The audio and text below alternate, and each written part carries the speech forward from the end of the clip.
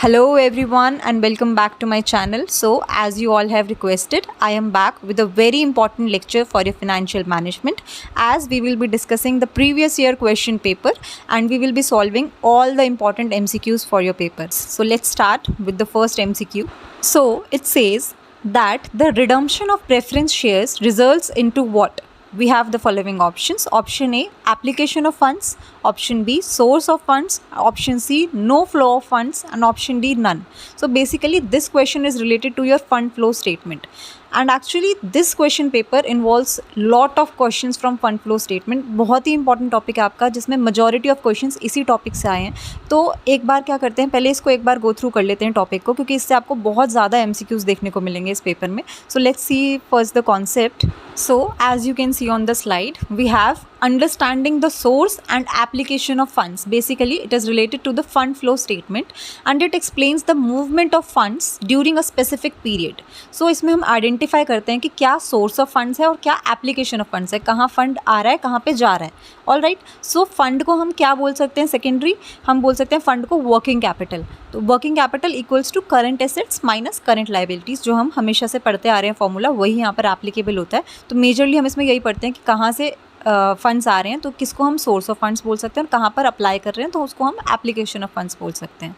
Like you can see source of funds में हमने क्या लिखा है, any transaction that can increase your working capital और you can say your fund, it is known as source of funds. और इसमें examples क्या क्या हैं आपके, इशूइंग ऑफ शेयर्स और debentures, sale of fixed assets और इन्वेस्टमेंट. तो हम सेल कर रहे हैं तो हमारे पास क्या आ रहा है, पैसा आ रहा है, फंड आ रहा है.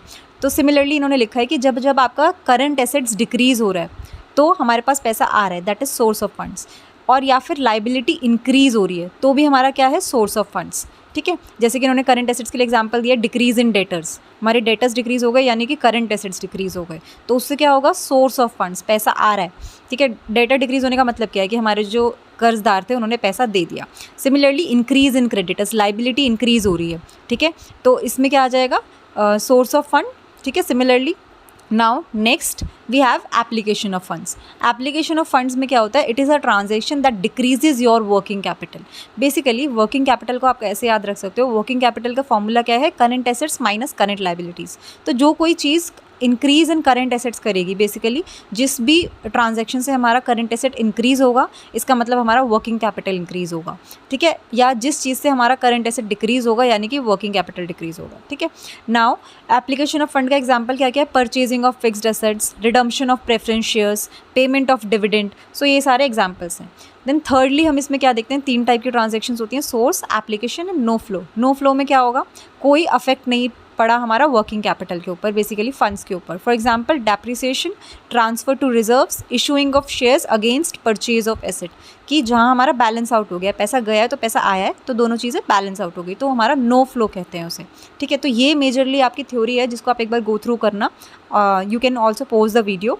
सो ये आपको थ्योरी एक बार देखनी है, क्योंकि मेजॉरिटी ऑफ क्वेश्चंस आपके प्रीवियस ईयर पेपर में इसी कॉन्सेप्ट से आए हैं. अभी आप जब हम प्रीवियस ईयर पेपर सॉल्व करेंगे आपका, आप देखेंगे कि आपको ऑलमोस्ट 15 to 20 क्वेश्चंस इस कॉन्सेप्ट से दिख जाएंगे. तो it is very very important. Now coming towards your first question. So we have redemption of preference shares results into what. अभी जैसे कि हमने देखा, so you already know the answer. The answer will be application of funds. Funds हमने use किए हैं, ठीक है, अप्लाई किए हैं funds, that is redemption of preference shares. Now moving forward, next question we have sale of building results in what. Similar option है हमारे पास कि वो सोर्स है, एप्लीकेशन है या नो फ्लो है. तो सेल से क्या होगा, सोर्स ऑफ फंड्स. तो correct option will be option A, source of funds. Similarly question number 3 we have issuing of share capital in consideration of purchase of machinery results in what. Basically हमने share capital issue किया है किसके consideration में, क्योंकि हमें machinery purchase करनी थी. अब इसके लिए क्या ऑप्शन होगा, क्या वो एप्लीकेशन ऑफ फंड्स है, सोर्स ऑफ फंड्स है, या फिर नो फ्लो ऑफ फंड्स है. जैसे कि अभी हमने पढ़ा, यहाँ पर बैलेंस आउट हो रहा है. अगर हम शेयर कैपिटल इशू कर रहे हैं तो हम मशीनरी भी परचेज कर रहे हैं, तो यहाँ पर क्या हो जाएगा, नो फ्लो ऑफ फंड्स. तो correct option will be option number C. इसी तरीके से आपको बहुत सारे क्वेश्चंस दिखेंगे अपने क्वेश्चन पेपर में. तो काफ़ी इजी कॉन्सेप्ट है, बट समझना इंपॉर्टेंट है इसको. All right, now moving forward, question number 4. It says the provision for taxation can be treated as what. Option A only current liability, option B only appropriation of profit, option C both A and B, and option D none of these. So the correct option will be option number C, that is both A and B. I have also attached the explanation here. You can see that provision for taxation is a liability and also an appropriation of profit. तो correct option क्या होगा? B, both A and B. All right. आगे आप भी देखोगे मैंने सारे questions में जिसमें भी रिक्वायर्ड है एक्सप्लेनेशन साथ में अटैच की है, तो you can read afterwards also. All right, moving forward, next question, question number 5 we have when the total of sources side exceeds the total of application side, the effect will be what? Basically जो हमने पढ़ा है कि sources of fund, application of fund दोनों equal होंगे, तो effect क्या आएगा इसका?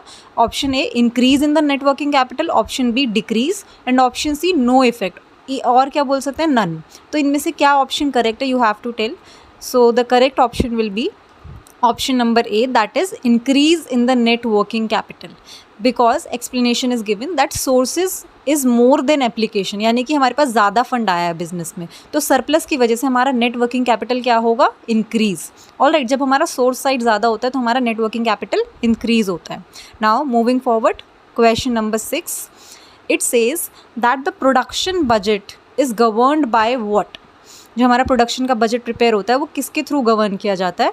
Sales budget, flexible budget, material budget और none of these. So the correct option will be option number A, sales budget. Why? Because आप खुद सोचो, जब हम प्रोडक्शन बजट बना रहे हैं वो किस पर बेस्ड होगा? It is based on how much the company expects to sell. कितना हम सेल करना चाह रहे हैं उसके बेसिस पे प्रोडक्शन बजट प्रिपेयर होता है. So the sales budget determines your production budget. All right, moving forward, question number 7, it ask what is useful for cost control. इनमें से कौन सा ऐसा बजट है जो हमारा कॉस्ट कंट्रोल में हेल्पफुल होता है? Short term budget, middle term budget, long term budget और all of the above. So the correct option is option D, that says all of the above, क्योंकि ये जितने भी टाइप्स ऑफ बजट हैं, short term, long term, middle term, सब किसी ना किसी वे में हेल्प करते हैं. किस लिए? कॉस्ट कंट्रोल में. ठीक है, उनका टाइम फ्रेम और स्कोप डिफर करता है, but all of these are helpful. All right, now question number 8, it says that where the demand forecasting is difficult, what type of budget is prepared? We have the following options. Option A production, option B sales, option C financial and option D flexible. Basically किस type का budget prepare किया जाता है जब demand forecast करना difficult रहता है? So the correct option is option D, flexible. So see explanation is given कि जब हमारी डिमांड जो है अनसर्टेन होती है तो फ्लेक्सिबल बजट को हम यूज़ करते हैं, जो कि वेरी करता है according to activity or production levels. Now moving forward, question number 9. So it says that a master budget is what? Basically आपको master budget में बताना है क्या क्या चीज़ें include होती हैं. So can it be called an expansion of all the budgets, total of all the budgets, summary of all the budgets or all of the above? So the correct option is option D, all of the above. Basically explanation is given. So master budget में हमारी summary भी रहती है सारे functional budgets की और total भी रहता है, and also it can be viewed as an expansion of all the budgets. तो हमारा आंसर क्या रहेगा? option D. Moving forward, question number 10. So it says a budget is prepared when? Option A, in advance for a specific period, option B, after a specific period, option C, A and B both, or option D, none. So the correct option is option A, in advance for a specific period. Obviously जब हम budgets prepare करते हैं किसी specific reason के लिए, जैसे हम budget prepare कर रहे हैं किसी चीज़ के लिए, तो पहले ही प्रिपेयर होता है हमेशा बजट, और किसी स्पेसिफिक पीरियड के लिए होता है. So basically budgets are the planning tools that are created before a period begins. All right, moving forward, question number 11. It says that the concept of zero based budgeting was first introduced in, options are option A, India, USA, China and Germany. So the correct option is option B, USA. So explanation is given that it was first introduced by Peter in USA in 1970s. All right, उसके बाद काफ़ी countries ने इसको adopt किया है including India. Moving forward, next question, question number 12. Controlling unit under the budgetary control is, किसको हम controlling unit बोलते हैं बजटरी कंट्रोल के अंदर? Option A period, option B units, option C departments और ऑप्शन डी सेल्स. किसको हम controlling unit refer करते हैं? So the correct option is option B, that is units. So explanation is given budgetary control जो है वो focus करता है रिस्पॉन्सिबिलिटी सेंटर्स के ऊपर, जिनको हम यूजुअली डिफाइन करते हैं यूनिट्स में, ठीक है। तो each unit is assigned to a specific budget to monitor and control. हर एक यूनिट असाइन किया जाता है एक स्पेसिफिक बजट को। तो वो यूनिट जैसे कि डिपार्टमेंट, सेक्शन, किसी को भी हम यूनिट्स रेफर कर सकते हैं। तो कंट्रोलिंग यूनिट किसको बोलते हैं? यूनिट्स को। Now moving forward, question number 13, key factors of a budget are dash. किनको हम की फैक्टर्स बोलते हैं, also known as limiting factors? Option A sales, option B production, option C purchase and option D constraint. So the correct option will be option D, constraint. So the key factors, also known as limiting factors, as I also mentioned. So these are the limitations that affect the ability of an organization to achieve its objectives. Basically ये वो ऐसे factors हैं, ऐसी limitations हैं जो किसी भी organization को objectives achieve करने में limit करते हैं, ठीक है। उनकी वजह से उन्हें दिक्कत होती है अपने objectives को achieve करने, तो उनको हम क्या बोलते हैं? constraints. All right. Moving forward, next question, question number 14. So a period of a control budget is what? कितने टाइम के लिए हम कंट्रोल बजट को प्रिपेयर करते हैं? ऑप्शन ए सम वीक्स और months, option B 1 to 2 years, option C 5 to 10 years और option D more than 10 years. So very easy. So the correct option is option A for some weeks or months. तो ठीक है, basically short time के लिए prepare होता है. Now question number 15. Sales budget is dash. किस type का budget है sales budget? So we are given the options. Option A functional budget, option B periodic budget, option C cash budget और other budget. So the correct option is option A functional budget. तो sales budget को हम क्या बोलते हैं? Functional budget. क्यों? क्योंकि relate करता है स्पेसिफिक फंक्शंस के बिजनेस से, ठीक है, जैसे कि sales. Now next question, question number 16. The methods to create cash budgets are dash. कितने मेथड्स हैं जिनसे हम कैश बजट क्रिएट कर सकते हैं? 1, 2, 3 और 4. So the correct option is option C 3. So there are mainly 3 methods with which we can prepare a cash budget. Methods are mentioned here: receipt and payment method, adjusted profit and loss account और balance sheet method. All right. जितनी भी explanations हैं आप उन्हें side by side read करना, ठीक है. In detail I have attached. Now next question we have. So very interesting question. It's a numerical kind of question. इसी तरीके से आपको न्यूमेरिकल्स आएंगे, जैसे कि स्टूडेंट्स मोस्टली आस्क कि फाइनेंशियल मैनेजमेंट में न्यूमेरिकल किस तरह से आएगा. So that is the form. All right. So you are asked about capacity ratio in this question. You are given the actual working hours, that is 250, and budgeted hours are given, that is 200. अब आपको capacity ratio निकालना है, ठीक है. तो सबसे पहले आप explanation को ही देखो. कैपेसिटी रेशियो में क्या होता है? हमारा फॉर्मूला क्या होता है कैपेसिटी रेशियो का? कि actual hours worked divided by budgeted hours into 100, ठीक है. तो उसके बाद आंसर क्या निकलेगा एक बार आप खुद ट्राई करके देखना. ऑप्शंस क्या हैं? 80%, 125%, 120% and 100%. So the correct option will be option B, 125%. I have also attached the explanation here. So actual hours worked divided by budgeted hours into 100. So correct option is 125. Now next question. Which budget is effective for cost control? किस budget को हम effective मानते हैं cost control के लिए? Short term, mid term, long term और none. So the correct option is short term budget, ठीक है. शॉर्ट टर्म जैसे कि मंथली या क्वार्टरली, क्योंकि ये अलाउ करता है हमें कि हम फ्रीक्वेंटली मॉनिटर कर सकें और करेक्टिव एक्शन ले सकें जहाँ पर भी रिक्वायर्ड है. तो वो ज़्यादा इफेक्टिव है for cost control. All right. Next question we have question number 19. The first step to prepare budget is what? First step क्या रहता है हमारा? Production forecast, cash forecast, overhead forecast और sales forecast. So very easy question.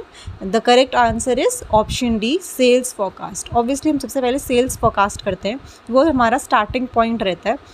उसके बाद हमारे सारे decisions derive होते हैं, जैसे कि कितना प्रोड्यूस करना है, कितनी मटेरियल रिक्वायरमेंट रहेगी and etcetera. All right. Now next question, question number 20. The division of expenses into fixed and variable is significant in which type of budget? किस बजट में हम एक्सपेंसेस को डिवाइड करते हैं फिक्स्ड और वेरिएबल में? So master budget, flexible budget, cash budget और sales budget. So the correct option is option B, flexible budget, क्योंकि उसमें हम एडजस्ट कर सकते हैं on the basis of activity और आउटपुट. किसको एडजस्ट कर सकते हैं? एक्सपेंसेस को, एज फिक्स्ड और variable. All right. Next question, question number 21. It says which of the following centers does not exist in responsibility accounting. इनमें से कौन से ऐसे सेंटर हैं जो एग्जिस्ट नहीं करते हैं रिस्पॉन्सिबिलिटी अकाउंटिंग में? Sales centre, profit centre, expenditure centre और investment centre. So the correct option is option A, sales centre. So I have also attach the explanation. हमारा जो मेजरली रिस्पॉन्सिबिलिटी अकाउंटिंग में सेंटर्स होते हैं वो कौन से होते हैं? Cost centre, profit centre, investment centre, expenditure centre. तो सेल सेंटर हमारा नहीं होता रिस्पॉन्सिबिलिटी अकाउंटिंग के अंदर. All right, now moving forward, this is also related to your responsibility accounting. उसका दूसरा नाम क्या है, उसे हम किस तरह से और जानते हैं? इधर इट इज़ प्रॉफिटेबिलिटी अकाउंटिंग और एक्टिविटी अकाउंटिंग और none. So the correct option is C, that is both A and B. Basically हम प्रॉफिटेबिलिटी अकाउंटिंग को रिस्पॉन्सिबिलिटी अकाउंटिंग को दोनों नाम से जानते हैं, profitability as well as activity accounting. ठीक है, दोनों ही इसके नाम है, सेकेंड नेम्स हैं. All right, now next question, question number 23. ये भी आपका एक और न्यूमेरिकल क्वेश्चन निकल कर आता है. इसमें क्या है, आपके पास फिक्स्ड और वेरिएबल कॉस्ट गिवन है एट 60% कैपेसिटी. कितना है रिस्पेक्टिवली? 9,000 एंड 12,000. फिक्स्ड कॉस्ट आपको गिवन है 9,000, वेरिएबल कॉस्ट है 12,000 एट 60% कैपेसिटी. तो अब आपको टोटल कॉस्ट कैलकुलेट करनी है एट 80% कैपेसिटी. ऑप्शन है आपके पास 28,000, 25,000, 24,000 एंड नन. सो सबसे पहले एक्सप्लेनेशन ही देखते हैं हम. तो मेजरली सबसे पहले हमारा फिक्स्ड कॉस्ट जो है वो कांस्टेंट रह रहा है, तो 9,000 हो गया. अब वेरिएबल कॉस्ट जो है हमें गिवन कितना है? वेरिएबल कॉस्ट हमारे पास है 12,000. ऑल राइट, बट ये जो 12,000 है ये हमारे पास अगर हम 1% के हिसाब से निकालेंगे तो कितना आ जाएगा? ये तो हमें 80% पे गिवन है. अगर हम 1% में निकालेंगे दैट इज़ 200, और अगर 80% में निकालेंगे तो हम 200 इंटू 80 कर देंगे, दैट इज़ 16,000. तो अब टोटल कॉस्ट कैसे हम प्लस करेंगे? फिक्स्ड कॉस्ट हमारी कांस्टेंट रहती है, प्लस कर देंगे हम वेरिएबल कॉस्ट, तो we will get our answers 25,000. All right, so the correct option will be option B, that is 25,000. So it is another numerical question we have. So it says if indirect material at 80% capacity, that is your 800 units, is rupees 248. आपको indirect material की cost दी है और कितनी capacity पे दी है? 80% पे. ठीक है, तो वो कितनी है? 248, जिसमें से वेरिएबल कंपोनेंट ये कह रहे हैं 0.606 पर यूनिट है. ठीक है, तो 0.06 पर यूनिट के हिसाब से वेरिएबल कंपोनेंट है आपका. आपको क्या निकालना है? The amount of indirect material at 100% capacity. ठीक है, तो बेसिकली हमें 80% कैपेसिटी पे सारी फिगर्स गिवन है, हमें 100% कैपेसिटी पे फिक्स्ड और वेरिएबल कॉस्ट निकालना है. So you can see the explanation I have attached. Basically क्या है, यूनिट्स जो है हमारा 100% पे कितनी हो जाएंगी? 1000, क्योंकि 80% पे वो कह रहे हैं 800 है. ऑल राइट, वेरिएबल कंपोनेंट अगर हम देखें 80% कैपेसिटी पे कैसे निकलेगा? 0.06 हमें पर यूनिट के हिसाब से दिया हुआ है, तो हम इंटू 800 कर लेंगे, दैट इज़ 48 रुपीज़. अब जो इन्होंने हमें इनडायरेक्ट मटेरियल कॉस्ट दी थी, तो अब उसमें से हमारे पास वेरिएबल कंपोनेंट तो हमें पता चल गया 48 है, तो जो बचा है वो क्या हो जाएगा? फिक्स्ड. तो फिक्स्ड कॉस्ट कंपोनेंट कैसे निकालेंगे? 248 माइनस 48 दैट इज़ 200. अब हमें निकालना कितने पे है? 100% कैपेसिटी, यानी कि 1000 यूनिट्स के लिए. तो पहले वेरिएबल कॉस्ट हम किसके लिए निकाल लेते हैं? 1000 के लिए. तो 0.06 इंटू 1000 दैट इज़ 60 रुपीज़. और अब हमें पता चल गया कि फिक्स्ड कॉस्ट का कंपोनेंट कितना था? 200, तो वो तो कांस्टेंट रहेगा, तो 200 plus 60 that is 260. All right, so हमारा करेक्ट ऑप्शन क्या हो जाएगा? Option C, that is 260 rupees. एक बार इसको खुद से प्रैक्टिस करके देखना. वही सब है कि आप पहले 1% के लिए निकालते हो, फिर जितना कैपेसिटी के लिए पूछ रहे हैं उतने के लिए मल्टीप्लाई करके you give the answers. All right, next question we have question number 25. It says a profit centre is also known as option A contribution margin centre, revenue centre, cost centre और none of these. So the correct option will be none of these. क्यों? क्योंकि हम profit centre को responsible मानते हैं revenue के लिए भी और कॉस्ट के लिए भी, तो we can't choose one. All right, now next question, question number 26. Which is not the advantage of responsibility accounting? इनमें से कौन सा एडवांटेज नहीं है रिस्पॉन्सिबिलिटी अकाउंटिंग का? Determination of responsibility, evaluation of work, improvement in your work performance and classification of cost. So the correct option is option D, classification of cost. So you can also see the explanation कि हमारे responsibility accounting के advantages क्या क्या हैं? Assigning the accountability, performance evaluation and improving the work standards. Classification of cost उसका advantage नहीं है. All right, now moving forward, next question. It says that what is most important for responsibility accounting? Option A, cost centers. Option B, contribution margin center. Option C, establishment of responsibility center. और option D, none. So क्या सबसे ज़्यादा ज़रूरी है एक responsibility accounting के लिए? So the correct option is option C, establishment of responsibility centers. क्योंकि without defining the responsibility centers जो हमारी responsibility accounting है वो function ही नहीं कर सकती है. All right. Now next question, question number 28. What is concerned with the measurement of income and expenditure? इनमें से कौन सा सेंटर जो है कंसर्न्ड है किसके साथ? इनकम और एक्सपेंडिचर के मेजरमेंट के साथ. Option A, cost centre. Option B, revenue centre. Option C, profit centre. और none. So the correct option is option B, revenue centre. वो किससे कंसर्न्ड है? हमारा measurement of income and expenditure. All right, obviously revenue जो है हम खुद ही सोच सकते हैं इसके बारे में कि इनकम और एक्सपेंडिचर की बात हो रही है यहाँ पर. Now next question, question number 29. Which one is not a responsibility centre? इनमें से कौन सा सेंटर रिस्पॉन्सिबिलिटी सेंटर की डेफिनेशन के अंदर नहीं आता है? So budget centre, investment centre, profit centre और expenditure centre. So the correct option is option number A, budget centre. All right, moving forward, next question, question number 30. Responsibility accounting records all these cost. Which one? Basically किस type की cost को responsibility accounting record करता है? So option A, controllable cost. Option B, uncontrollable cost. Option C, both. और option D, none. So the correct option is option A, controllable cost. तो जो हमारा responsibility accounting है वो असाइन करता है responsibility only for controllable cost by the manager और department. ठीक है, जो कॉस्ट कंट्रोल की जा सकती हैं. So the correct option is option A, controllable. Moving forward, next question, question number 31. इसमें पूछा है कि रिस्पॉन्सिबिलिटी अकाउंटिंग का दूसरा नाम क्या है? It is also known as what? So option A, standard costing. Option B, activity costing. Option C, marginal costing. और नन ऑफ दीज. हमने थोड़ा सा इससे पहले हम पढ़ चुके हैं. अच्छा, इस चीज़ में आप ना एक चीज़ नोटिस करोगे, आपका जो प्रीवियस ईयर पेपर है आप उसमें देखोगे काफ़ी क्वेश्चंस बहुत ज़्यादा इंटर रिलेटेड हैं और कभी कभी तो आपको लगेगा सेम ही क्वेश्चन अलग लैंग्वेज में पूछा हुआ है. तो बहुत सारे MCQs ना आपको सिमिलर दिखेंगे. तो बेटर है अगर आप सारे MCQs प्रैक्टिस करते हो तो बहुत सारे MCQs रिपीट होने के चांसेस हैं. All right, so responsibility accounting is also known as option B, activity accounting. We have already seen this MCQ previously. Now next question, question number 32. You have to tell which is not a current assets. आपके पास 4 option है, इनमें से कौन सा current asset नहीं है? आप पढ़ते आ रहे हो अकाउंट्स अपना और ये सब चीज़ें, तो यू शुड नो कि इनमें से करेंट एसेट्स हम किसको नहीं बोलते. Stock, prepaid expenses, securities premium और earned income. So very easy, option D, earned income is the correct answer. बाकी सब क्या है? हमारे current assets. Moving forward, next question. Now you need to identify which is a current asset. इनमें से कौन सा करेंट एसेट है? सो अभी हमने प्रीवियसली क्वेश्चन में देखा है प्रीपेड एक्सपेंसेस था उसमें. So obviously the correct option here will be option D, prepaid expenses. तो वही मैं कह रही हूँ, इसमें बहुत सारे MCQs ऐसे हैं जो एक MCQ आपको दूसरे MCQ के लिए आंसर दे रहा है. ऑल राइट, और इसमें से एक भी question I haven't attached other questions. ये सारे क्वेश्चंस वही हैं जो आपके प्रीवियस ईयर पेपर के क्वेश्चंस थे. All right, now next question, question number 34.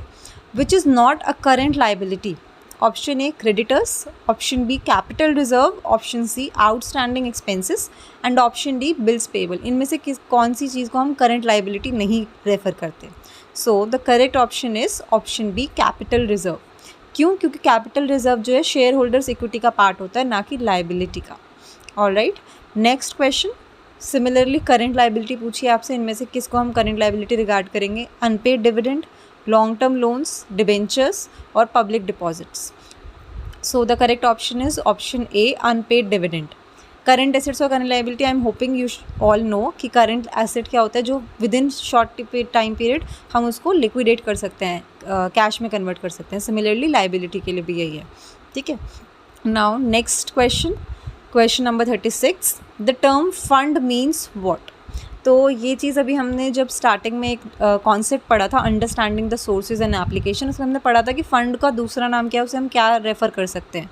So the correct option is option B, working capital. All right, next question, question number 37. It says depreciation of machine is what? क्या वो source of fund है, application of fund है, या फिर fund from operations है, या फिर none of these? So the correct option is option C, fund from operations. So basically depreciation जो है एक नॉन कैश एक्सपेंस है, ठीक है, जो हमारा प्रॉफिट रिड्यूस करता है बट हमारे कैश फ्लो को अफेक्ट नहीं करता। So it is basically added back in the fund flow from operations, तो इसलिए हम इसको क्या बोलते हैं, fund from operations. Alright, now moving forward, next question, question number 38, purchase of machinery by share is what? जब हमने मशीनरी परचेज करी है किसकी हेल्प से, शेयर से, तो हम इसको क्या बोलेंगे, source of fund, use of fund, fund from operations, और none of these? So the correct option will be option D, none of these, because यहाँ पर कोई कैश मूवमेंट तो इन्वॉल्व है ही नहीं। मशीनरी हम जो परचेज कर रहे हैं, अगर हमारा एसेट इंक्रीज हो रहा है बाय इशूइंग शेयर्स कर रहे हैं, तो हमारा शेयर कैपिटल इंक्रीज हो रहा है, तो there is no actual movement of cash. तो so the correct answer will be option D, none of these. Moving forward, question number 39, increase in the securities premium is what? Source of fund, use of fund, both, और none of these? So the correct option will be source of fund. Basically हमारा securities premium increase हो रहा है तो हमारे पास funds आ रहे हैं ज़्यादा, so that will be a source of fund, option A. Now next question, question number 40, payment of dividend is what? Source of fund, increase of current liability, use of fund, और none of these? So the correct option here will be uses of funds, क्योंकि हम dividend की payment कर रहे हैं तो हमारा funds जा रहा है, ठीक है। Now next question, question number 41, fund flow occurs when dash? A creditor is paid, debtor is collected, salary is paid, or none? So the correct option will be option B, debtor is collected. Basically जब हमारा debtor से collection आ रहा है तो हमारा cash flow increase हो रहा है और working capital change हो रहा है, जिसकी वजह से एक fund flow हो रहा है। All right, next question, question number 42, there is no fund flow when option A, machinery purchased by issue of debenture, option B, shares issued for cash, land is sold by cash, और all of these? जैसे कि मैंने कहा आपको पहले, बहुत सारे MCQs inter related अभी हमने पढ़ा कि अगर मशीनरी हम परचेज कर रहे हैं किसी और चीज़ के थ्रू, कैश की मूवमेंट तो हो ही नहीं रही है, तो सिमिलरली यहाँ पर करेक्ट ऑप्शन क्या हो जाएगा, option A, when machinery is purchased by issue of debentures. ये एक नॉन कैश ट्रांजेक्शन हो जाएगी, हम एसेट को लाइबिलिटी के लिए एक्सचेंज कर रहे हैं। Alright, next question, question number 43, it says that a loss from sale of fixed asset is shown in what? कहाँ पर शो करते हैं जब हमारा फिक्स्ड एसेट की सेल पे लॉस होता है? Option A, statement of working capital, option B, fund flow statement, option C, fund from operations, और option D, all of these? So the correct option will be option B, fund flow statement. हम इसको कैसे दिखाते हैं loss को? ये non operating item होती है और किस में शो होती है? फंड फ्लो स्टेटमेंट में। Alright, next question, question number 44, the conversion of debenture into share is what? जब हम डिबेंचर को कन्वर्ट करते हैं शेयर में, उसे हम क्या बोलते हैं? Source of fund, application of fund, increase in working capital, और none? So the correct option will be none of these. क्यों? क्योंकि ये जो ट्रांजेक्शन है ये नॉन कैश ट्रांजेक्शन है, इसमें कोई भी एक्चुअल फंड फ्लो नहीं किया है। ऑलराइट, नेक्स्ट क्वेश्चन, ये सारे क्वेश्चंस ना बहुत ज़्यादा इजी हैं, अगर आप एक बार इनका कॉन्सेप्ट समझ पा रहे हो तो बहुत ईजिली आप इनको टिक कर सकते हो एग्जाम्स में। So question number 45, a cash sale is what? Source of fund, application of fund, increase in working capital, और none? So very easy, option A, source of fund is the correct answer, क्योंकि cash sale से हमारा cash flow increase होगा, so that is the correct answer. Next question, question number 46, it says fund means what? अब अगर आप ध्यान दोगे ये क्वेश्चन ऑलरेडी ये लोग पूछ चुके हैं, फ़ंड के बारे में हमारे पास पहले ही आ चुका है, बट आपको रिपीटेटिव क्वेश्चंस मिले हैं इसमें। तो फंड का मीनिंग क्या है? Working capital. Correct option option number C. Now next question 47, increase in the current liability causes what? जब हमारी करंट लाइबिलिटी इंक्रीज होती है तो क्या होता है? ये भी हमने पढ़ा है जब अभी हमने सोर्स और एप्लीकेशन वाला कॉन्सेप्ट देखा था, वो जो मैंने एक्सप्लेनेशन अटैच की हुई है उसको एक बार गो थ्रू कर लेना, ठीक है। तो उसमें क्या है कि इंक्रीज़ इन करंट लाइबिलिटी से क्या होता है? क्या वर्किंग कैपिटल इंक्रीज़ होता है, डिक्रीज़ होता है, कोई इफेक्ट नहीं होता, या फिर all of these? So the correct option will B decrease in the working capital. जब करंट एसेट इंक्रीज़ होता है तब हमारा वर्किंग कैपिटल इंक्रीज़ होता है, जब लाइबिलिटी इंक्रीज़ होती है तो हमारा वर्किंग कैपिटल क्या होता है? Decrease. Alright, next question, question number 48, cash purchase of machinery is what? हमने कैश दे के मशीनरी परचेज की है, तो obviously very easy, option B, application of fund is the correct answer, क्योंकि अगर हमने मशीनरी परचेज की हमारा कैश रिड्यूस हुआ है, करंट एसेट हमारे पास रिड्यूस हुआ है, फिक्स्ड एसेट इंक्रीज हुआ है, so this is treated as an application of funds. Alright, next question, question number 49, it says closing stock is what? Closing stock को हम क्या रेफर करते हैं? Source of fund, application of fund, both या none of these? So the correct option is A and B, both. Closing stock जो है हमारा source भी है और एप्लीकेशन ऑफ फंड भी है, तो इसको हम दोनों रिगार्ड करते हैं। All right, next question, question number 50। So this question is again repetitive in nature. So basically यहाँ पर क्या है, बस एक चेंज है कि purchase of machinery by issuing of shares में आपको एक ऑप्शन दे दिया, option C A and B both. So अगर हम कॉन्सेप्चुअली देखें इस चीज़ को, तो ये सोर्स ऑफ फंड भी है, एप्लीकेशन ऑफ फंड भी है। तो अगर आपके पास ऑप्शन है A and B both select करने का, सोर्स और एप्लीकेशन, तो हमारा करेक्ट आंसर क्या होगा? A and B both. So the correct option will be option C. क्यों? क्योंकि इशूइंग शेयर्स करने से क्या होगा, कैपिटल आ रहा है हमारे पास, सोर्स ऑफ फंड आ रहा है, परचेज कर रहे हैं मशीनरी तो वो एप्लीकेशन ऑफ फंड है, तो दोनों अप्लाई हो सकते हैं। ठीक है, अगर हमारे पास दोनों सेलेक्ट करने का ऑप्शन नहीं है तो हम क्या करेंगे? None of these. Now moving forward, question number 51, by distribution of dividend in the form of share what is the effect? Option A no effect on the fund, option B increase in the fund, option C decrease in the fund, और none of these. तो जब हम dividend को distribute करते हैं shares के form में, so the correct option will be no effect on funds. When dividends are distributed in the form of shares, तो हमारा कोई कैश आउटफ्लो या इनफ्लो नहीं हो रहा है, तो there is no impact on funds. Now next question, question number 52, period cost is what? Variable cost, fixed cost, total cost और none? So very easy, the correct option is option B, fixed cost. Period cost जो होती हैं वो time based होती हैं, volume based नहीं होती, तो they are not directly link to the production process, तो इनको हम जनरली फिक्स्ड कॉस्ट की तरह कंसिडर करते हैं। All right, next question, question number 53, contribution is what? Very easy question, ये हम हमेशा से पढ़ते आ रहे हैं। कॉन्ट्रीब्यूशन का फॉर्मूला हमें पड़ता है, क्या होता है? Sales minus variable cost. तो करेक्ट ऑप्शन क्या हो जाएगा इसमें? Option A, sales minus marginal cost, क्योंकि हम वेरिएबल कॉस्ट को मार्जिनल कॉस्ट भी बोलते हैं। So the correct option will be option A. Next question, question number 54, financial management is what?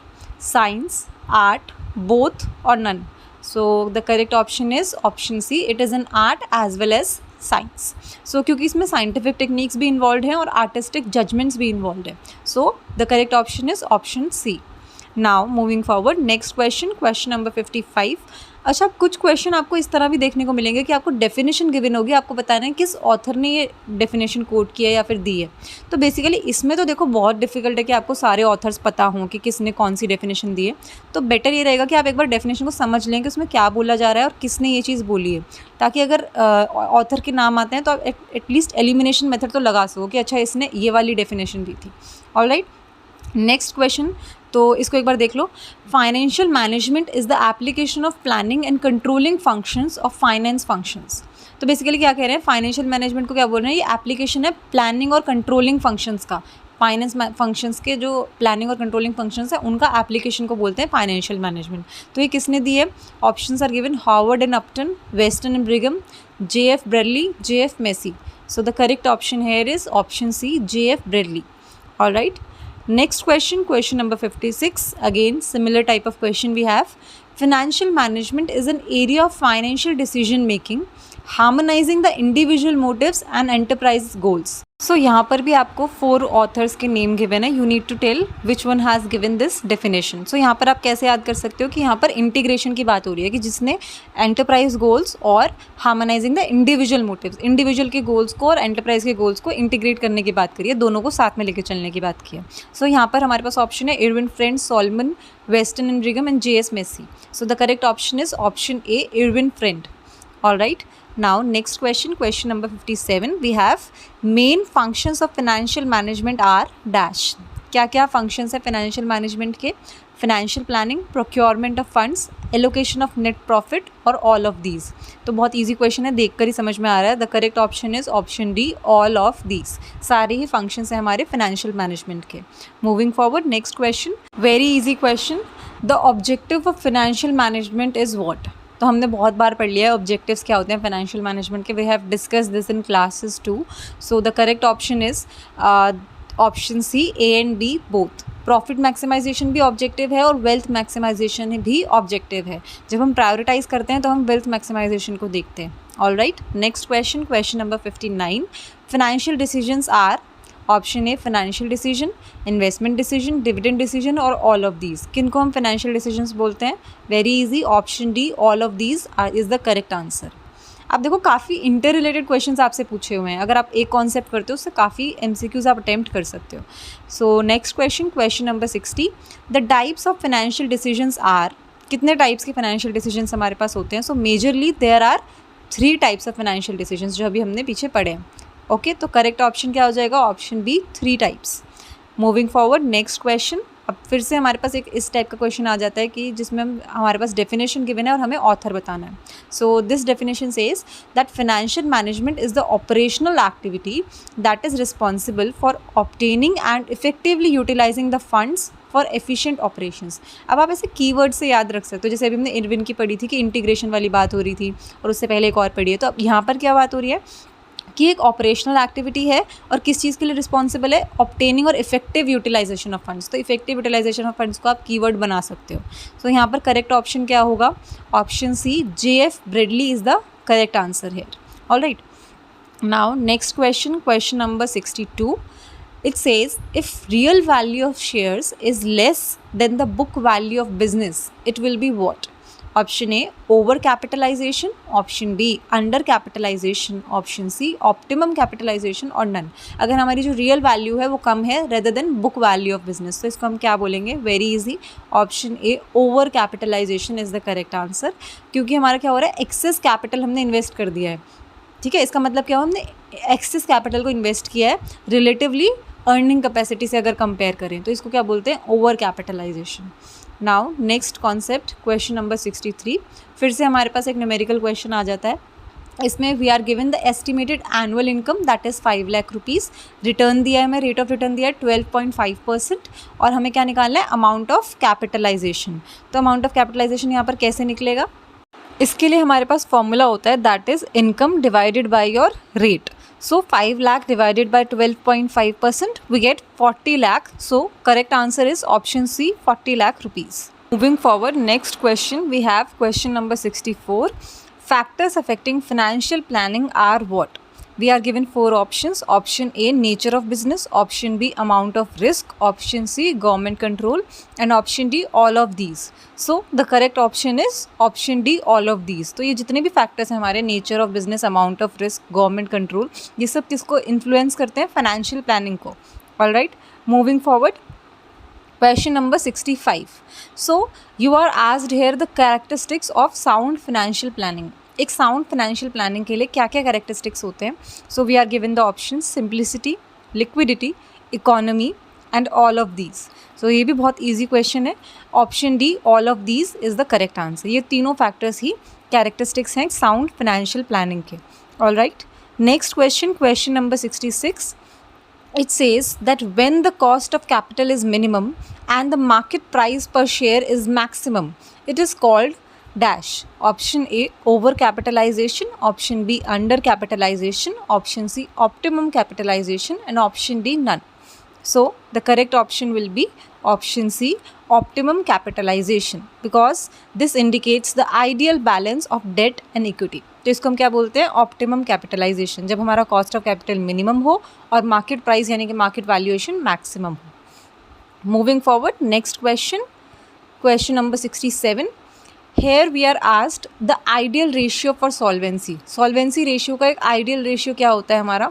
1:2, 1:1, 1:1:5 और 2:1. So the correct option will be your option D, 2:1. क्यों? क्योंकि ये जो 2:1 है ये हमारा सॉल्वेंसी दिखा रहा है, लिक्विडिटी की स्ट्रेंथ दिखा रहा है हमारे लिए, तो वो कितना रहना चाहिए? Ideally 2:1. All right, moving forward, next question, question number 68. फिर से हमसे एक आइडियल रेशियो पूछा है, बट इस बार किस लिए? डेट इक्विटी रेशियो का आइडियल रेशियो। सो ये भी सिमिलर क्वेश्चन है, आपको याद रखना ईजी है। इसके लिए भी हमारा option A 2:1 is the correct answer. ठीक है, बेसिकली ये कहते हैं कि डेट इक्विटी रेशियो मतलब जो हमारा इक्विटी है उसका 2 गुना हमारा डेट होना चाहिए, उससे ज़्यादा नहीं होना चाहिए, नहीं तो वो क्या हो जाती है हमारे लिए? Risky situation. All right, so the correct option will be option A 2:1. All right, moving forward, next question, question number 69. So in this question हमारे पास क्या गिवन है, इक्वेशन गिवन है, फॉर्मूला गिवन है, हमें बताना है इनमें से किसका फॉर्मूला है. ये फॉर्मूला क्या है हमारे पास, equity share capital plus reserves divided by preference shares capital plus debentures. So options are solvency ratio, current ratio, capital gearing ratio and debt equity ratio. So the correct option is option C, capital gearing ratio. Basically capital gearing ratio क्या करता है, it reflects the proportion of fixed interest bearing funds to equity. कितना proportion है funds का equity के साथ. All right, moving forward, next question, question number 70. Very easy question. You are required to tell the determinants of capital structure. Capital structure को determine करने वाले factors इसमें से कौन से हैं. So very easy question. Flexibility, nature of business, cost of capital, all of these. क्या लगता है आपको? सो the correct option is option D, all of these. ये फैक्टर्स आपने कहीं ना कहीं पढ़े ही हैं हमेशा कैपिटल स्ट्रक्चर में. सो ये सारे फैक्टर्स इंपॉर्टेंट हैं एक कैपिटल स्ट्रक्चर को डिटरमाइन करने के लिए. All right, moving forward, question number 71. Which is the kind of capital gearing. Capital gearing का इनमें से कौन सा एक काइंड है? सो हाई गियरिंग, लो गियरिंग, मिड गियरिंग और all of these. So the correct option is option D, all of these. ये तीनों ही टाइप्स ऑफ कैपिटल गियरिंग को डिफाइन करते हैं. All right, moving forward, question number 72. It says which is not the technique of capital structure analysis. इनमें से कौन सा technique नहीं है कैपिटल स्ट्रक्चर एनालिसिस का? Option A, trading on equity, option B, capital gearing, option C, capital budgeting and option D, cost of capital. So another very easy question we have. So option C, capital budgeting is the correct answer. क्यों? Capital budgeting जो है investment decision के साथ relate करता है, ना कि capital structure के साथ. All right, moving forward, question number 73. Financial leverage is the synonym to what. यानी कि फाइनेंशियल लेवरेज किसका दूसरा नाम है आप बोल सकते हो, या फाइनेंशियल लेवरेज को हम क्या बोल सकते हैं? Option A, trading on capital, option B, trading on equity, trading on credit और none of these. So the correct option is option B, trading on equity. Basically जो financial leverage है ये क्या है? It is also known as trading on equity, which refers to the use of fixed cost security यानी कि debt to magnify the returns. कि हाँ, जितना हम fixed cost security यानी कि debt को use करते हैं किस लिए? returns बढ़ाने के लिए. तो इसको हम क्या बोल सकते हैं? trading on equity या फिर financial leverage. Moving forward, question number 74. Now you are required to tell the formula for combined leverage. Combined leverage का formula इनमें से कौन सा है? C divided by EBT, ETB और TEB या फिर none. So the correct option is C divided by EBT. C मतलब contribution divided by earning before taxes. It is the correct option for combined leverage. Now next question, question number 75. High operating leverage magnifies what? जो हमारा high operating leverage निकलता है उससे क्या चीज़ magnify होती है, maximise होती है?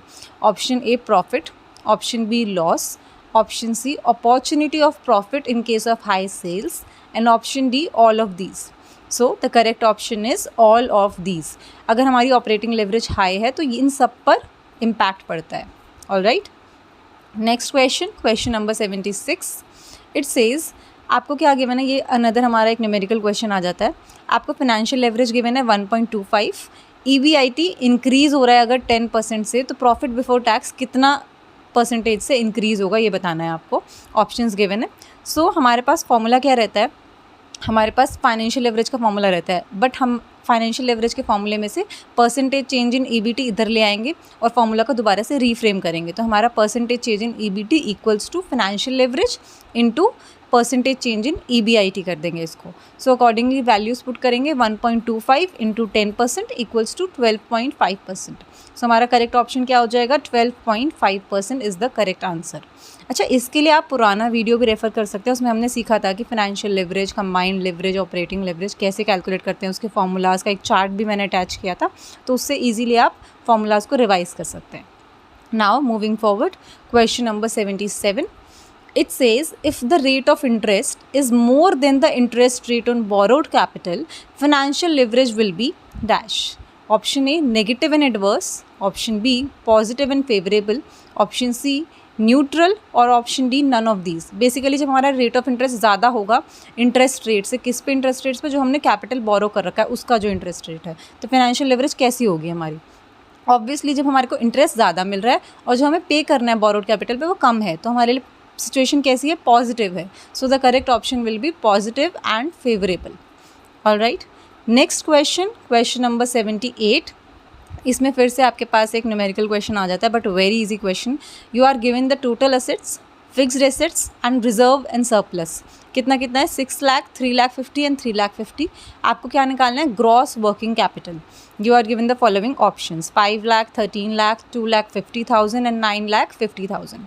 सो सबसे पहले फॉर्मूला क्या रहता है हमारा ग्रॉस वर्किंग कैपिटल का, टोटल करंट एसेट्स. ठीक है, अगर हम इसको इस तरह भी लिख सकते हैं कि current assets minus current liabilities. तो ग्रॉस वर्किंग कैपिटल हमने कैसे निकालना है, करंट एसेट्स के लिए हम क्या निकाल सकते हैं, valuation total assets minus fixed assets. Basically इस क्वेश्चन में रिजर्व एंड सरप्लस का कोई काम ही नहीं है, वो आपको एक्स्ट्रा इन्फॉर्मेशन गिवन है तो उसे आप इग्नोर करें. आपको बस टोटल एसेट्स में से फिक्स्ड एसेट्स माइनस करने. 6 lakh minus 3 lakh 50, that is 2 lakh 50,000. So the correct option is option C, 2 lakh 50,000. Moving forward, next question, again similar type of question. इस क्वेश्चन पेपर में एक चीज़ ऑब्जर्व करना, बहुत सारे क्वेश्चंस इंटर रिलेटेड हैं, इवन सेम क्वेश्चंस भी रिपीटेटिवली दिए हुए हैं आपको. तो अगर ऐसा क्वेश्चन पेपर आता है तो वेरी वेरी स्कोरिंग है आप लोगों के लिए. Now next question is current assets, current liabilities and long term loan is given, that is 2 lakh 50,000, 1 lakh and 1 lakh 50,000. अब आपको क्या निकालना है, नेट वर्किंग कैपिटल. तो अब हमारा नेट वर्किंग कैपिटल कैसे निकलेगा यहाँ पर, current assets minus current liabilities. तो करंट एसेट्स में से जब आप करंट लाइबिलिटीज़ माइनस करेंगे 250 में से 1 लाख, तो आंसर क्या आ जाएगा आपका, 1 lakh 50,000. Option A 1 lakh 50,000 will be the correct answer. Alright, very easy. Now question number 80. We are given the current assets that is 50,000 and current liabilities is 20,000. अब वर्किंग कैपिटल निकालना है. तो वर्किंग कैपिटल का फॉर्मूला हम हमेशा से पढ़ते आ रहे हैं, current assets minus current liabilities. Again very easy question, 50 minus 20, your answer will be 30,000. सो ऑप्शन सी, ₹30,000 is the correct answer. Now question number 81. यहाँ पर आपके पास लिक्विड एसेट्स गिवन है, that is 70,000 and total current assets given है, that is 1 lakh. तो आपको क्या निकालना है, स्टॉक की वैल्यूएशन निकालनी है. ऑप्शंस गिवन है. तो बेसिकली हम पहले क्या करेंगे, हमारे टोटल करंट एसेट्स निकलते कैसे हैं, लिक्विड एसेट्स में हम स्टॉक को ऐड कर देते हैं. तो अब इसी फॉर्मूले से हम स्टॉक का फॉर्मूला बनाएंगे, that is current assets minus liquid assets. Current assets हमारे पास गिवन है 1 लाख, माइनस करेंगे 70,000, so answer will be 30,000. Option B 30,000 will be your correct answer. Now next question, very easy question. Current assets पूछा है आपको कौन से हैं इसमें से, फर्नीचर, इन्वेस्टमेंट, गुडविल और debtors. So the correct option is option D, debtors. ठीक है, करंट एसेट्स का पार्ट होते हैं, इजीली कन्वर्ट कर सकते हैं कैश में, इसलिए option. Then next question, question number 83. Which of the following is a non current asset. कौन सा है इसमें से non current assets, obviously option A, goodwill is a non current asset. Intangible है, नॉन करेंट एसेट है. Now question number 84. Which of the following is non current liability. इनमें से कौन सा नॉन करेंट लाइबिलिटी के अंदर आता है. तो बहुत इजी आइडेंटिफाई करना, जब हम मोर्टगेज लोन की बात करते हैं तो वो लॉन्ग टर्म ऑब्लिगेशन है, तो ऑब्वियसली वो नॉन करेंट लाइबिलिटी में आएगा. इजीली जल्दी से हमारा कन्वर्ट नहीं होता है, तो मोर्टगेज लोन को हम क्या बोलेंगे, non current liability. Option A is the correct answer. Now question number 85. We have depreciation on machinery is what. Source of fund, application of fund, no flow of fund. Again repetitive question, हम already इस question को कर चुके हैं. So the correct option is no flow of fund, क्योंकि ये non cash expense होता है. Now next question, opening stock is what. इसमें से क्या है, सोर्स है, एप्लीकेशन है, नो फ्लो है. तो ओपनिंग स्टॉक से क्या होता है, हमारा फंड्स कंज्यूम हो रहे हैं बिगिनिंग में पीरियड के, तो इसको हम क्या बोलेंगे, एप्लीकेशन ऑफ फंड्स, है ना, वो पैसा यूज़ हो रहा है. तो option B, application of fund is the correct answer. Question number 87. It says increase in fixed assets due to purchase is what. So obviously जब हमारा फिक्स्ड एसेट इंक्रीज हो रहा है परचेज करने की वजह से, तो हमने फंड्स को अप्लाई किया है, तो correct option will be option B, application of funds. Now next question, closing stock is what. दोबारा से रिपीट करा है क्वेश्चन को. तो क्लोजिंग स्टॉक क्या होता है, हमारा सोर्स ऑफ फंड्स होता है. Alright, option A is the correct answer. Now question number 89.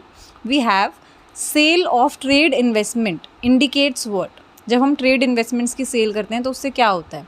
Option A, change in current assets. Option B, application of funds. Option C, source of funds. और option D, none of these. So यहाँ पर क्या हो रहा है, selling of investments. सो उससे क्या हो रहा है, कैश आ रहा है बिजनेस में which is considered a source of funds. So the correct option here will be option C, source of funds. All right, moving forward, question number 90. It says net profit plus non-cash expenses divided by losses is equal to what? You are given the options. Option A, fund from operations. Option B, issue of shares. Option C, application of funds. And option D, none. तो basically net profit plus non cash expense divide by loss क्या होता है हमारा. तो आप खुद देखो, जब हमने डेप्रिसिएशन के लिए पढ़ा था तो डेप्रिसिएशन क्या था हमारा, नॉन कैश एक्सपेंस था, इसलिए हम उसे ऐड बैक करते हैं. So basically adding back the non cash items into your net profit gives you fund from operations which represents the actual cash flow from the business. तो इसका correct option क्या होगा, option A, fund from operations. इसमें देखो हम यही कर रहे हैं, नॉन कैश एक्सपेंस को ऐड कर रहे हैं नेट प्रॉफिट में. All right, moving forward, question number 91. It says that purchase of goodwill by issue of debentures is what? Source of funds, application of funds, no flow of funds और none of these. So again very easy question, जब हम goodwill purchase कर रहे हैं किसके through, by issuing of debentures. So यहाँ पर क्या हो रहा है, नॉन कैश ट्रांजेक्शन हो रहा है. एक नॉन करेंट एसेट को हम किससे एक्सचेंज कर रहे हैं, लाइबिलिटी के लिए. So there is no actual cash flow. So इसका करेक्ट ऑप्शन क्या होगा, option C, no flow of funds. All right, moving forward, question number 92. Similar type of questions आ रहे हैं अब आपके सारे. तो पेमेंट ऑफ टैक्स को हम क्या कहेंगे, सोर्स, एप्लीकेशन या नो फ्लो ऑफ फंड्स. तो अगर हम पेमेंट कर रहे हैं तो वो क्या हो रहा है, एप्लीकेशन हो रहा है फंड्स का. So the correct option will be option B, application of funds. Moving forward, next question, question number 93. It says increase in the share premium account is what? Application of fund, source of fund, no flow और option D A and C both, यानी कि application and no flow. So the correct option here will be source of funds. Why? Share premium account जब rise हो रहा है हमारा तो उसमें क्या हो रहा है, शेयर्स जो है issued at price above their nominal value. Share premium तभी आता है हमारा जब हम शेयर्स को इशू कर रहे हैं at a price above their nominal value. Nominal value से ज़्यादा पे हम इशू कर रहे हैं, which brings additional cash into the company, जिसकी वजह से हमारा शेयर प्रीमियम अकाउंट बढ़ रहा है. So it will be option B, source of funds. Moving forward, question number 94. The term fund as used in the fund flow statement means. वही repetitive question है, हम पहले देख चुके हैं. फंड का मीनिंग क्या होता है, वर्किंग कैपिटल. अब इसमें इन्होंने अलग तरीके से रिप्रेजेंट कर दिया है इसको. You are given cash, current assets, current liabilities and both B and C. तो हमारा वर्किंग कैपिटल का फॉर्मूला क्या होता है जो हमें पता है, current assets minus current liabilities. तो इसमें हम दोनों चीज़ों को रिप्रेजेंट कर देंगे. So the correct option here will be option D, both B and C represents your fund as per your fund flow statement. All right, moving forward, question number 95. Flow of fund takes place when? You are given the following options. Option A, cash is paid to the creditors. Option B, cash is received from the debtors. Option C, machinery is purchased for cash. Option D, all of these. So obviously जितने भी options A B C तीनों आपको given है, तीनों में ही flow of fund arise हो रहा है. So the correct option will be option D, all of these. Now next question, question number 96. अच्छा, ये आप लोगों का लास्ट क्वेश्चन है. मैंने 96 इसलिए लिए हैं क्योंकि जो आपके 100 क्वेश्चन है उसमें एक क्वेश्चन को 2-2, 3-3 बार रिपीट कर रखा है इस पेपर में. आप लोगों ने ऑलरेडी देख लिया होगा, तो वो बहुत ही अननेसेसरी क्वेश्चंस मुझे लगे, इसलिए मैंने उन्हें बार बार अटैच नहीं किया. So here are your 96 question. So this is your last question for this video. It says that the conversion of debentures into share capital results in what? Source of funds, application of funds, no flow or none of these. So यहाँ पर भी explanation attached है. ये क्या हो रहा है, हमारा कैपिटल रीस्ट्रक्चरिंग हो रही है. क्यों? क्योंकि हम लाइबिलिटी को इक्विटी में कन्वर्ट कर रहे हैं with no involvement of actual cash. इसमें हमारा कैश का तो कोई इन्वॉल्वमेंट ही नहीं, हम कैपिटल को रीस्ट्रक्चर कर रहे हैं. तो यहाँ पर क्या है, no flow of funds. So the correct option here will be option C, no flow of funds. So that was all for today's lecture, and we have covered very important MCQs today. So don't forget to watch this lecture before going into your exams. All the best and thank you so much.